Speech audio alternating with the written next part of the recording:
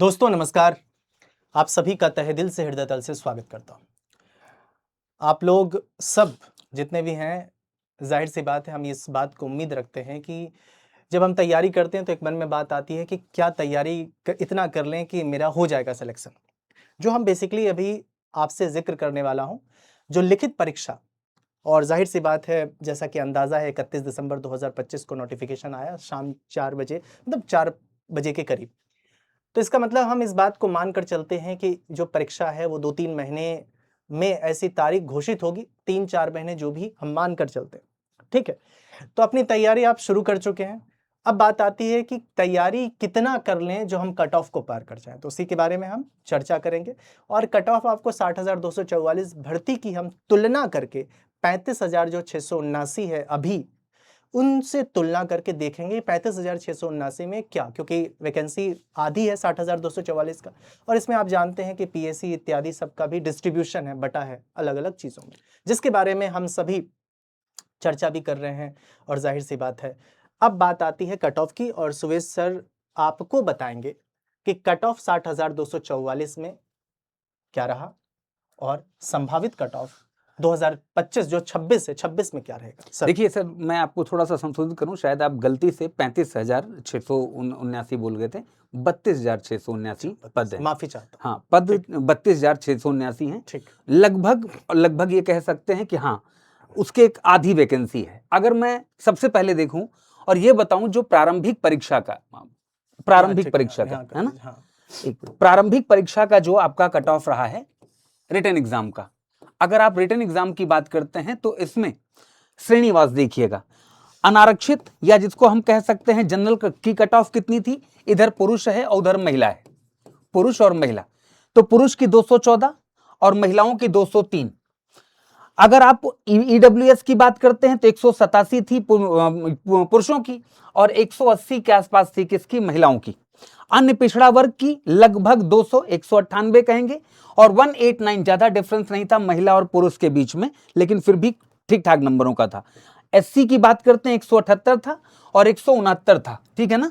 और अनुसूचित जनजाति की बात करते हैं, एसटी की बात करते हैं तो 146 और ये 136। ध्यान से सुनिए, आपको सुन के जाना है कि संभावित जो हमें लगता है कि 32,679 पदों के लिए संभावित क्या हो सकती है इस बार, उस हिसाब से अपनी रणनीति बनाइए, उस हिसाब से अपनी तैयारी को शुरू करिए। और साथ ही साथ यहां पर मैं अगर आप लोगों से कहूं कि फाइनल जो कट ऑफ बनी है हमारी, जो फाइनल कट ऑफ बनी है 60,244 पदों के लिए, जो अंतिम चयन अर्थात डीबीपीएसटी डॉक्यूमेंट वेरिफिकेशन और फिजिकल स्टैंडर्ड टेस्ट हो जाने के बाद जो बनी है, जिसे हम नॉर्मलाइजेशन के बाद कह सकते हैं, तो ध्यान रखिएगा बच्चों, वो देखेंगे तो अनारक्षित श्रेणी में लगभग इतने पद थे, और फाइनली जो सिलेक्शन हुआ जाकर वो 100 कहां गया भाई, ये रहा 225 पुरुषों की, महिलाओं की 212। और अगर हम बात करते हैं यहां ईडब्ल्यूएस की 209 और 216 ओबीसी की, एससी की 196 और एसटी की 170। और यहां महिलाओं की बात करते हैं तो 193 ईडब्ल्यूएस, 200 की बात करते हैं ओबीसी, 180 एससी और 146 किसकी है? 146 एसटी की। ये अंतिम चयन की। अब दीपक सर, मैं आपसे पूछना चाहूंगा कि जो आपके आधार से पदों की संख्या देखते हुए, और अभी हम अंतिम सूची की बात तो कर नहीं सकते, क्योंकि अंतिम तो अभी ये देखेंगे कितने लोग एग्जाम में अपीयर हुए, कितने लोग वो रहे, एब्सेंट रहे, उसके आधार पर। लेकिन आपको क्या लगता है कि जो हमारा रिटन एग्जाम होगा, रिटन एग्जाम में कितना हो सकता है कट ऑफ? देखिए, अभी हम बेसिकली रिटन एग्जाम की बात करेंगे। हालांकि यहाँ पे चीजें सर ने आपको फाइनल भी दिखा दिया है, ये डीबीपीएसटी फाइनल है। तो बेसिकली क्या है कि हमने जो अंदाज़ा लगाया है, जो ये रिटन का जो कट ऑफ गया था 60,244 भर्ती का, और 32,679, 35 नहीं 32,679, तो 32 कर लीजिएगा आप लोग भी, सर ने भी बताया है। तो जाहिर है 32,679 में ये हमने अंदाजा लगाया है कि अगर 60,244 का अगर हम पद की बात करें, अगर हम मोटे-मोटे तौर पे करें, अभी डिस्ट्रीब्यूशन नहीं कर रहा हूं, अगर हम इसको 2 से भाग भी कर दें तो ये करीब हो जाता है 30,000 प्लस। 30,000 प्लस, के का मतलब है 1000, 30,000 प्लस, मतलब अगर प्रॉपर तरीके से देखा जाए, अगर भाग कर दिया 30,122 होता है। बट मैं कह रहा हूं कि 30,000 प्लस का मतलब हमारी वैकेंसी भी उतनी है, 30,000 प्लस ही है, जिसको हम 32,679 कह रहे हैं। इसमें भी अलग अलग महिलाओं के लिए, पुरुषों के लिए, ज्यादातर जो पद है वो पुरुषों के लिए ही है, इसमें महिलाओं के लिए कम पद है। उसके पीछे भी बहुत सारे कारण हैं, उसके बारे में हम अलग से चर्चा कर लेंगे। बट यहाँ पे जो बात है, जो हमने डिस्ट्रीब्यूशन किया है, इसके तुलना में अगर आप देखोगे, तुलना, चूंकि आप विद्यार्थी हैं, आपको भी इसमें शरीक होना जरूरी है। तुलना आपके सामने है, आप खुद देख सकते हो। ये है रिटर्न का 214, अगर हम मान के चलते हैं, मान के क्या, ये आया ही था 60,244 में, और महिलाओं के लिए 200 चिन्ह, ये यूआर की बात है, अनरिजर्व जिसे आप जनरल कहते हैं, 214 और 203। हमने इसको क्या कर लिया, 10-11 नंबर बढ़ोतरी कर लिया। इसके पीछे पूछेंगे क्या कारण है? हम कोई ईश्वर, खुदा, भगवान, अल्लाह ऐसा कुछ नहीं है, गॉड नहीं है। हम बस इतना अंदाजा लगाते हैं। हम ये भी नहीं कह रहे कि हमने जो लिखा है वो बात सही है, हम ये भी नहीं दावा करेंगे हमने जो कहा था वही हो गया। ये सब फर्जी दकियानुसी बातें हैं, ये सब एक तरह से मानसिक पीड़ा है। मैं बस विद्यार्थियों को आसपास ले जाना चाहता हूं कि भाई अगर मतलब आधा है तो इसको 10-15 नंबर का इजाफा कर लो, खुद कर लो। इसीलिए ये जो कट ऑफ है, ये पॉसिबिलिटी है, इसको हम बोल सकते हैं पॉसिबिलिटी, जैसे आप बोल सकते हो संभावित कट ऑफ है ना सर? बिल्कुल। और संभावित कट ऑफ में हमने सिर्फ 10 नंबर बढ़ाया है और यहां भी 10 नंबर का इजाफा किया है। सेम ईडब्ल्यूएस में भी वही किया है और सेम यहां भी ओबीसी, एससी, एसटी, पुरुष महिला में सेम किया।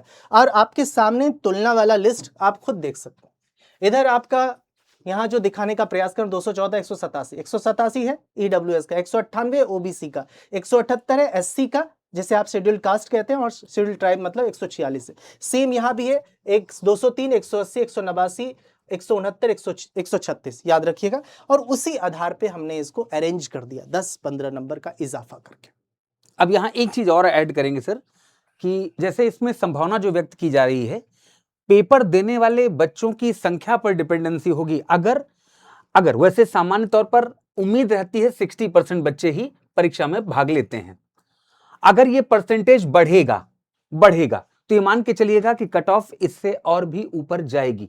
यदि परसेंटेज घटेगा तो इसमें कुछ संशोधन या कुछ परिवर्तन हो सकता है। तो पहले से ही आप इसमें +-2 आप दिमाग में रखिएगा। जो हमारा प्रेडिक्शन है उसके हिसाब से +-2 जरूर करके चलिएगा इसमें। बाकी एक बार जब पता चल जाएगा कितने बच्चे एग्जाम में इसीलिए तो 100 बात की एक बात, ये सब चीजें ठीक है, कट ऑफ वट ऑफ सब अपनी जगह है, लेकिन याद रखिएगा अपना लक्ष्य रखिए। मैं बड़ी बात नहीं करूंगा, अपना लक्ष्य रखिए। ये आप स्त्री हैं, पुरुष हैं, एससी हैं, एसटी हैं, ओबीसी हैं, जनरल हैं, ईडब्ल्यूएस हैं, कुछ भी हैं, ये लक्ष्य रखिए। अगर आप ये लक्ष्य रखेंगे तो मुझे नहीं लगता है कि आप चूक पाएंगे। फिर कट ऑफ कुछ भी हो, फिर आप रिटर्न देने के बाद भी फाइनल कट ऑफ जो होगा आफ्टर डीवीपीएसटी वो भी बाहर नहीं कर पाएगा। बस आपको कोई बाहर नहीं कर पाएगा। ऐसा कोई व्यक्ति नहीं इस पृथ्वी पे जो आपको बाहर कर दे। मैं ये नहीं कह रहा हूं 200, 250 का मतलब 250 का मतलब 300 में से 250 ही लाना, इसके करीब लाइए, 5-10 नंबर आगे पीछे कर लीजिए, बस यही ना, बिल्कुल 5-10 नंबर आगे पीछे कर ले। नॉर्मलाइजेशन भी करेगा ना तो आपको ज्यादा घटा भी नहीं पाएगा और ज्यादा बढ़ाएगा तो बढ़ाएगा लेकिन घटा नहीं पाएगा।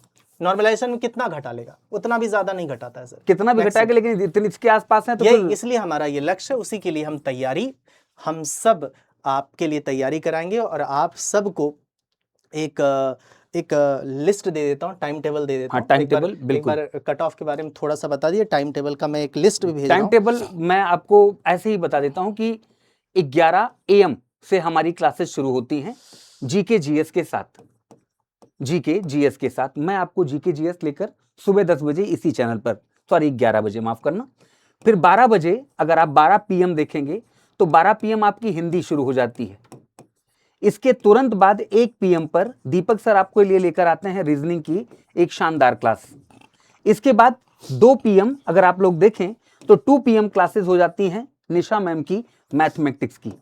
तो जीके जीएस, हिंदी, रीजनिंग और मैथ, ये चारों विषय आप लोग यहां से कवर कर सकते हैं फ्री ऑफ कॉस्ट यूट्यूब से, है ना। यूट्यूब से आपको ये कवर करने को मिल जाएगा। तो ध्यान रखिएगा, बिल्कुल ध्यान रखिएगा। इससे क्या होता है, इससे आप लोग एक चीज समझ पाएंगे कि आप ऐसा नहीं कि आप मेहनत नहीं करेंगे, आप कहीं पढ़ रहे होंगे, बिल्कुल अच्छी बात है, वहां से भी पढ़ सकते हैं आप, और अपने स्वयं से तैयारी करना चाहते हैं स्वयं से भी आप तैयारी कर सकते हैं। लेकिन यह है कि काफी लंबे समय से हम लोग पढ़ा रहे हैं यूपी की परीक्षाओं को, खासकर कांस्टेबल की परीक्षाओं को, तो हो सकता है उस अनुभव का लाभ आप लोगों को मिल जाए।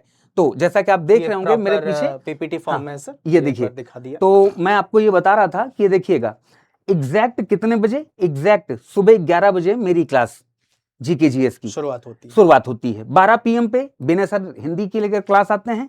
11 AM दीपक सर आपके 11 पीएम दीपक सर 1 PM, हाँ सॉरी 1 PM दीपक सर, उसके बाद 2 PM निशा मैम की मैथमेटिक्स क्लास होती है। ये आपकी रेगुलर क्लासेस चल रही हैं इस समय पर।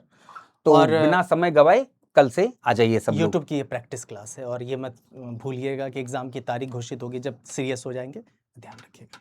विदा लेते हैं सर जी, थैंक यू।